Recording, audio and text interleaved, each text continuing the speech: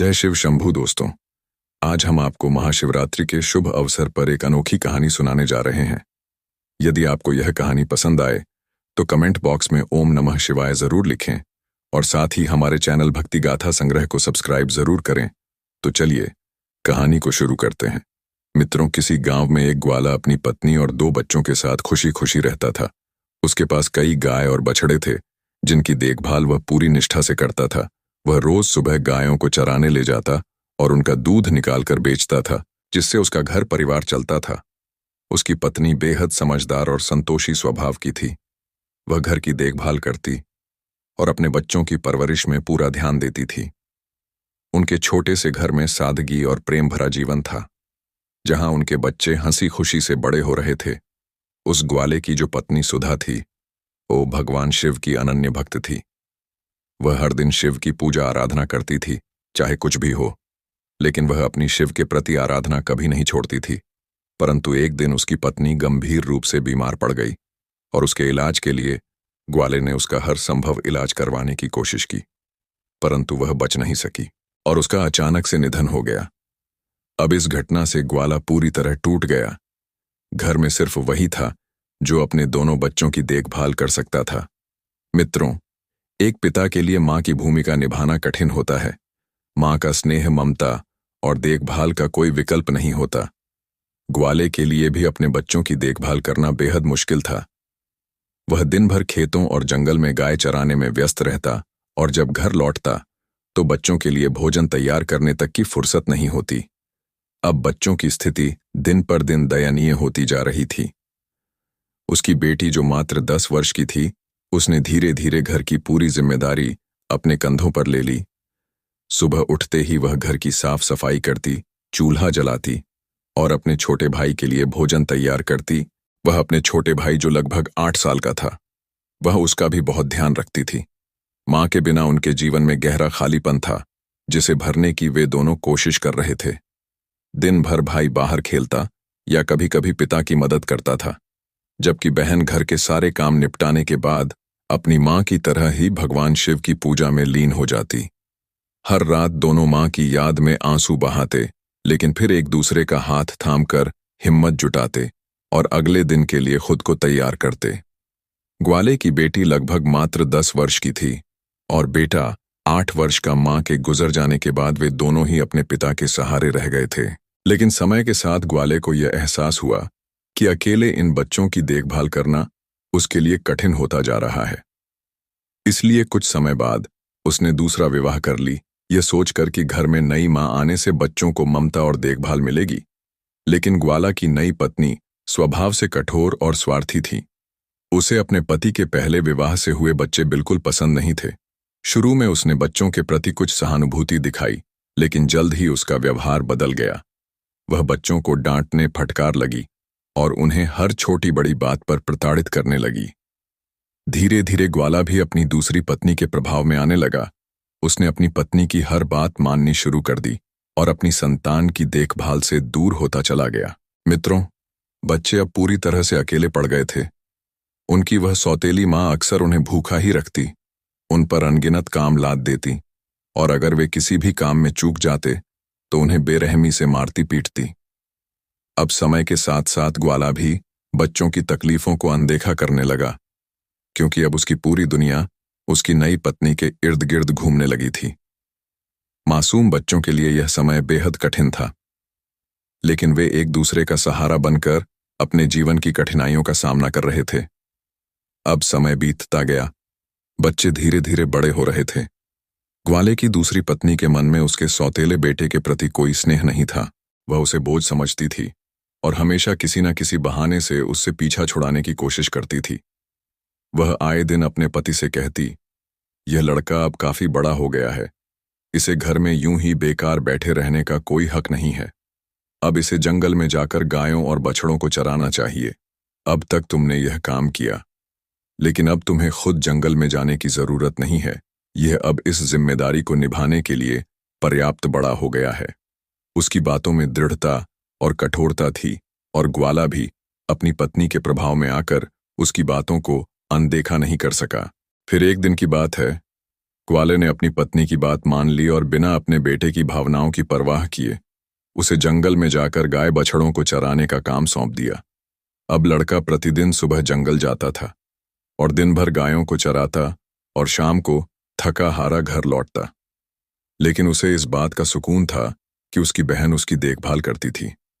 वह उसे स्नेह से भोजन कराती और रात में दोनों भाई बहन मां को याद कर अपने हालात पर रोते। अब समय के अनुसार ग्वाला अपनी पत्नी की सारी बात मान ली और अपने बेटे को जंगल में गायों और बछड़ों को चराने भेजने लगा। नन्हा बालक अब प्रतिदिन सुबह तड़के ही जंगल चला जाता, जहां वह दिन भर चिलचिलाती धूप या कभी कभी मूसलाधार बारिश में भी अपने पशुओं की देखभाल करता। दिन भर की मेहनत के बाद वह जब शाम को थका हारा घर लौटता तो उसकी आंखों में न केवल थक्का बल्कि उदासी भी होती, क्योंकि घर पर भी उसे स्नेह और सम्मान नहीं मिलता था। वहीं दूसरी ओर उसकी बहन भी बड़ी हो गई थी और घर की सारी जिम्मेदारियां उसी के कंधों पर आ गई थीं। वह न केवल घर की साफ सफाई करती बल्कि खाना भी बनाती थी और अपने भाई को खुद अपने हाथों से भोजन खिलाती। वह अपने भाई के लिए एक मां की तरह ही थी, जो हर समय उसकी चिंता करती। वह भगवान शिव की परम भक्त थी और रोज सुबह और शाम पूरी श्रद्धा से उनकी पूजा पाठ किया करती थी। उसका विश्वास था कि एक दिन भगवान शिव अवश्य ही उनके दुखों को हर लेंगे। मित्रों, उन भाई बहन का प्रेम अटूट था। वे एक दूसरे का सहारा थे और एक दूसरे के बिना जीवन की कल्पना भी नहीं कर सकते थे। वे अक्सर आपस में बातें करते कि किस प्रकार उनके पिता ने उनकी परवाह करनी छोड़ दी है। मां के निधन के बाद उनके जीवन में दुखों का अंबार लग गया था। वे दोनों हर रात अपनी मां को याद कर आंसू बहाते, लेकिन फिर एक दूसरे का हाथ पकड़कर हिम्मत से अगले दिन का सामना करने के लिए खुद को तैयार हो जाते। फिर एक दिन भाई ने बहन से कहा, दीदी मुझे मां की बहुत याद आती है। अगर मां होती तो हमें कितना प्यार से खाना खिलाती। यह सुनकर बहन ने उसे गले लगा लिया और रोते हुए कहा, हाँ भाई, चिंता मत करो, मैं तुम्हारे साथ हूं ना। अब इसी तरह से और कुछ दिन बीते। फिर एक दिन जब वह लड़का जंगल में गाय चरा रहा था, तभी अचानक एक शेर आ गया। उस शेर को देखते ही डर के मारे लड़का दौड़कर एक पेड़ पर चढ़ गया और शेर से विनती करने लगा, शेर भाई, आप मुझे मत खाओ। तब उस खूंखार शेर ने कहा, मैं बहुत भूखा हूं, अगर तुम चाहते हो कि मैं तुम्हें ना खाऊं तो मुझे एक गाय या बछड़ा दे दो। लड़के ने कहा, मैं अपनी बहन का एकमात्र सहारा हूं, अगर मुझे कुछ हो गया तो वह अकेली रह जाएगी, लेकिन मैं बिना अपने पिता की अनुमति के कोई गाय या बछड़ा नहीं दे सकता हूं। शेर ने कहा कि फिर ठीक है, कल अपने माता पिता से पूछ कर आना और उचित निर्णय लेना, अन्यथा मैं सभी को खा जाऊंगा। मित्रों, शाम को जब लड़का घर लौटा तो उसने अपने पिता को पूरी बात बताई, लेकिन उसके पिता को सुनते ही गुस्सा आ गया और आगे की बिना पूरी बात सुने ही उसे डांटने लगा। उसकी सौतेली मां ने भी कहा, गाय और बछड़े बहुत कीमती हैं, उनके दूध से हमारा घर चलता है। अगर शेर किसी को खाना ही चाहता है तो यह लड़का ही सही रहेगा। बेटा तो और भी हो जाएगा, लेकिन गायों का नुकसान नहीं होना चाहिए। मित्रों, अपने माँ बाप के ऐसे कठोर शब्द सुनकर उस लड़के की रूह कांप गई और वह लड़का रोते रोते अपनी बहन के पास गया और उसे पूरी घटना विस्तार से बता दी। उसकी शरीर कांप रही थी, आंखों में भय और निराशा के आंसू थे। उसने अपनी बहन को बताया कि शेर ने उसे धमकी दी है, अगर वह उसे एक गाय या बछड़ा नहीं देगा तो वह उसे ही खा जाएगा। यह सुनकर बहन भी विचलित हो गई, लेकिन उसने अपने आंसू पूछते हुए अपने भाई को शांत किया और कहा, भाई, तुम बिल्कुल चिंता मत करो। उसने प्यार से भाई के सिर पर हाथ फेरते हुए कहा, हमारे पास और भी गायें हैं, अगर एक बछड़ा चला भी गया तो और बछड़े पैदा होंगे। तुम कल शेर को एक बछड़ा दे देना, लेकिन खुद को किसी भी कीमत पर खतरे में मत डालना। अब बहन ने भाई को हिम्मत बंधाई, लेकिन अंदर ही अंदर वह भी व्याकुल थी। उसे यह चिंता सता रही थी कि अगर उसकी सौतेली मां को इस बारे में पता चला तो वह अपने भाई को ही खतरे में डाल सकती है। इसलिए उसने निर्णय लिया कि वह अपने भाई के साथ हर परिस्थिति में खड़ी रहेगी। फिर अगले दिन वह लड़का दुखी मन से जंगल गया और वह उसी स्थान पर गया जहां शेर उसकी राह देख रहा था। अंततः वह ना चाहते हुए भी उस शेर के सामने खड़ा हो गया। उसे पता था कि अगर वह शेर को एक बछड़ा नहीं देता तो उसकी अपनी जान खतरे में पड़ जाएगी। उसने झिझकते हुए गाय के झुंड में से एक बछड़ा चुना, जो कि सबसे कमजोर था, जिसकी मां भी नहीं थी, और शेर के सामने छोड़ दिया। शेर ने गहरी गर्जना की और बछड़े को पकड़कर जंगल में चला गया। अब वह लड़का घबराया हुआ था, लेकिन उसने राहत की सांस ली कि वह कम से कम अपनी जान बचाने में सफल रहा। शाम को जब वह थका हारा और डरा सहमा घर लौटा, तो उसके चेहरे की घबराहट देखकर सौतेली मां को शक हुआ। उसने कड़ी नजरों से उसे घूरते हुए पूछा, कहाँ थे? इतनी देर तक मैं कब से तुम्हारा इंतजार कर रही थी। और चलो, अब मुझे तुम खुद से सारे गाय बछड़ों की गिनती करवा दो, कहीं कुछ कमी तो नहीं हुई। जब छोटे ग्वाले ने गिनती की तो बछड़ों में एक की ही कमी थी। यह देखकर उसकी सौतेली मां क्रोध से आग बबूला हो गई। वह चिल्लाकर बोली, अरे नीच कायर, हमारे घर का गुजारा इन गायों और बछड़ों पर निर्भर है, और यह नालायक लड़का हमारी रोजी रोटी खत्म कर रहा है।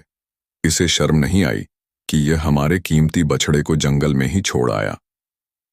मित्रों, वहां माहौल अब पूरी तरह से बदल चुका था। उनका पिता भी अब सौतेली मां की बातों से प्रभावित हो गया, और उसने बिना कुछ सोचे समझे लड़के को बेरहमी से पीटना शुरू कर दिया।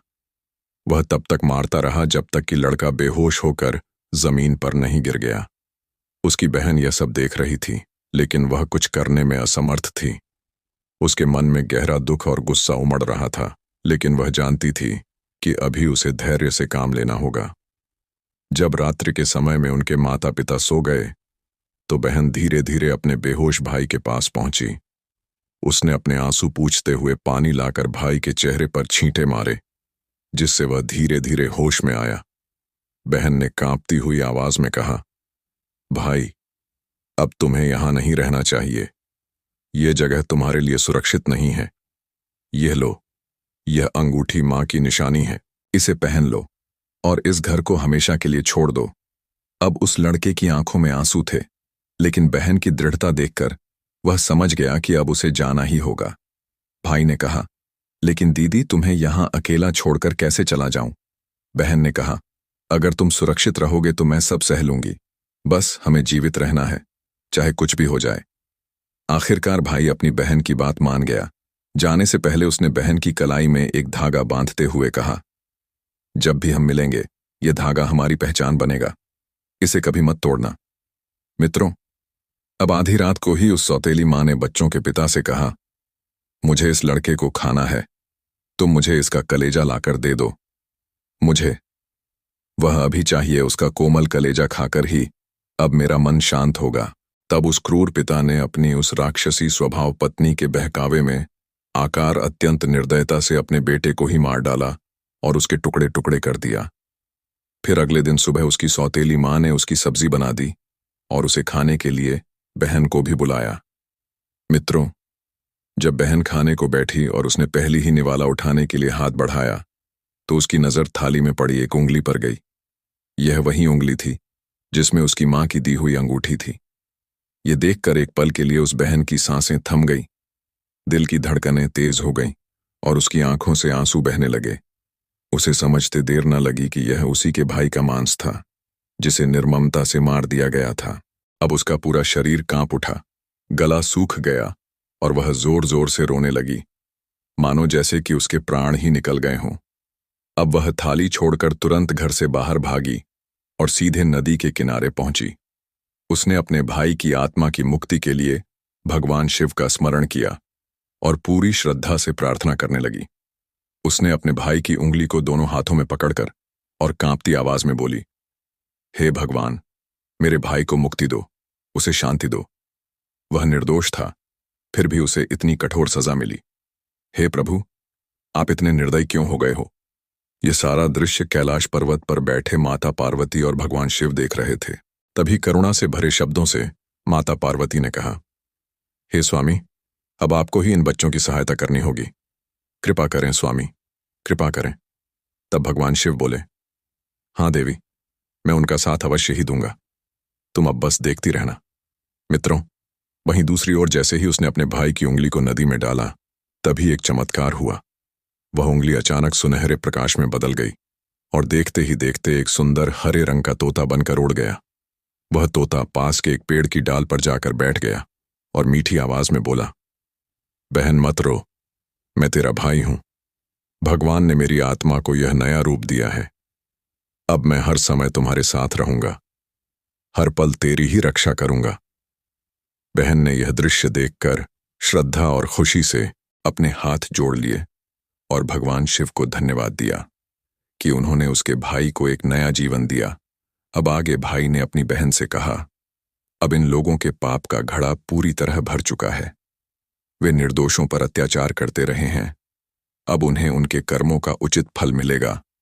उसने अपनी योजना को अमल में लाने के लिए गांव के एक कुशल लोहार के पास जाकर एक विशेष रूप से तेज धार वाली कतर बनवाई।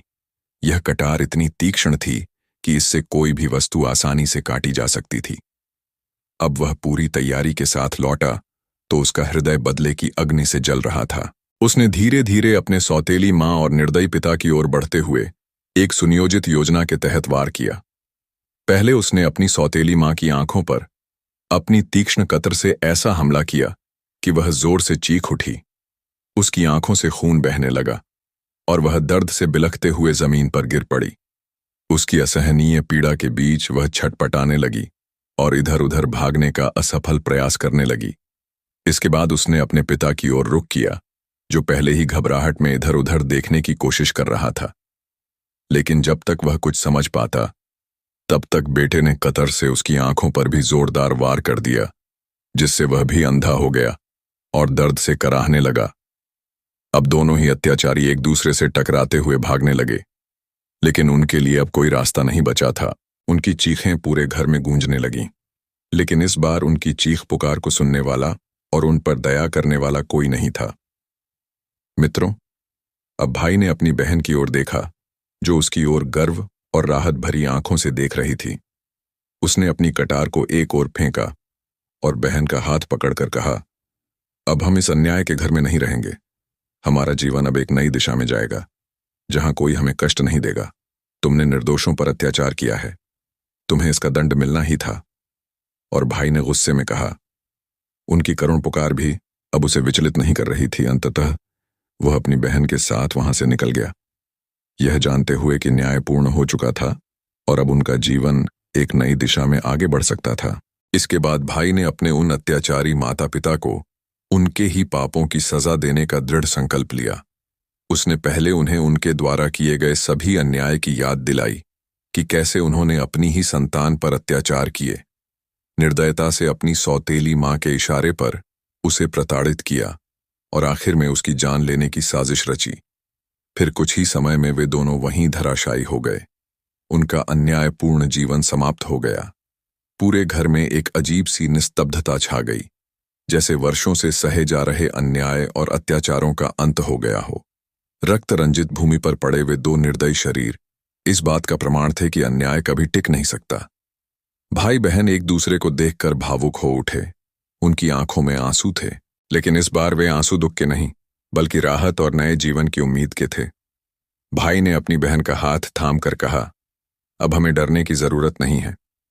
दीदी, यह अन्यायपूर्ण घर अब हमारा नहीं रहा। हमें अब एक नई जिंदगी शुरू करनी है। उन्होंने अपने पुराने जीवन की सभी यादों को वहीं छोड़ दिया और नई सफर की ओर कदम बढ़ाया। अत्याचारों के अंत के साथ उनके जीवन में एक नया सवेरा आया, जहां अब वे स्वतंत्र रूप से जी सकते थे। बिना किसी भय और क्रूरता के उनके सामने अब एक नई दुनिया थी, आशाओं और खुशियों से भरी हुई। मित्रों, भाई बहन अत्याचारों से मुक्ति पाकर एक मंदिर में शरण लेने के लिए चल पड़े। उनके मन में भय तो था, लेकिन साथ ही एक नए जीवन की उम्मीद भी थी। मंदिर के शांत वातावरण में उन्हें शांति मिली। वे प्रतिदिन मंदिर की सफाई करते, भगवान शिव का अभिषेक करते और उनकी भक्ति में लीन हो जाते। और संयोग, बस उस दिन महाशिवरात्रि का पावन दिन था। उनकी निस्वार्थ भक्ति और निष्ठा को देखकर मां पार्वती ने भगवान शिव से कहा, हे स्वामी, हे प्रभु, इन दोनों ने अपने जीव में असहनीय पीड़ा सही है, अब इनका दुख दूर करना चाहिए। भगवान शिव उनकी भक्ति से प्रसन्न हुए और उनके समक्ष प्रकट होकर बोले, वत्स, तुम्हारी परीक्षा समाप्त हुई। तुम्हारी सच्ची भक्ति और धैर्य को देखकर मैं तुम्हें आशीर्वाद देता हूं। भगवान शिव ने उस लड़के को उसके मूल स्वरूप में लौटा दिया, जिससे वह फिर से इंसान बन गया। भाई बहन ने भगवान को नमन किया और खुशी से झूम उठे। अब वे दोनों मंदिर में ही सेवा करने लगे और जीवन भर भगवान शिव की भक्ति में लीन रहने का संकल्प लिया। मंदिर के पास ही उन्होंने अपना जीवन बसाया, जहां वे निर्भय और सुखपूर्वक रहने लगे। तो मित्रों, मैं आशा करता हूं कि ये कहानी आप लोगों को पसंद आई होंगी। तो हमारे चैनल भक्ति गाथा संग्रह को सब्सक्राइब जरूर करें और साथ ही कमेंट बॉक्स में महाशिवरात्रि के शुभ अवसर पर AUM नमः शिवाय लिखना न भूलें। धन्यवाद।